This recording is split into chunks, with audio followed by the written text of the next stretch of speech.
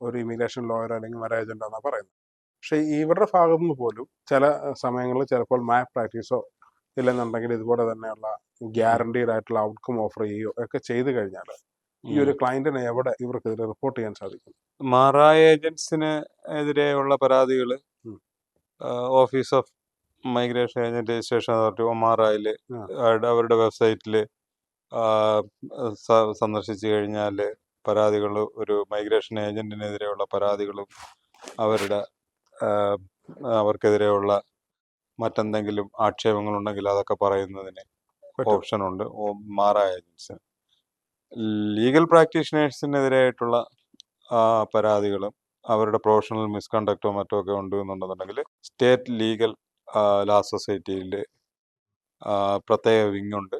അവർക്ക് പരാതി നൽകി കഴിഞ്ഞാൽ അവർക്ക് ലാ സൊസൈറ്റിയിൽ പരാതി കൊടുത്തു കഴിഞ്ഞാൽ അത് ആ പ്രത്യേക വിങ്ങിൽ പെട്ട ടീമുകൾ പരിശോധിച്ചതിന് ശേഷം വളരെ ശക്തമായിട്ടുള്ള നടപടികൾ ഉണ്ടാവും. ആ ലാ അപ്പൊ സൊസൈറ്റി. ഇതില് ഒരു മാൽ പ്രാക്ടീസ് ഉണ്ടായി എന്ന് തെളിഞ്ഞു കഴിഞ്ഞാൽ ഈ മാരേജ് ഏജൻസിനോ അല്ലെങ്കിൽ ഇമിഗ്രേഷൻ ലോയേഴ്സിനോ പൊതുവെ എന്ത് നടപടി ആയിരിക്കും?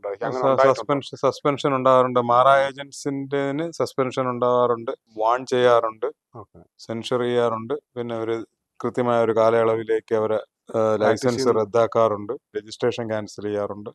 അങ്ങനെയുള്ള കടുത്ത നടപടികളൊക്കെ ചെയ്യാറുണ്ട്. പക്ഷെ with proof, with all proofs, with all documents അങ്ങനെ ഒരു പരാതി ഉണ്ടായി കഴിഞ്ഞാൽ ജെന്യൂൻ ആണെങ്കിൽ തീർച്ചയായിട്ടും നടപടി ഉണ്ടാവും.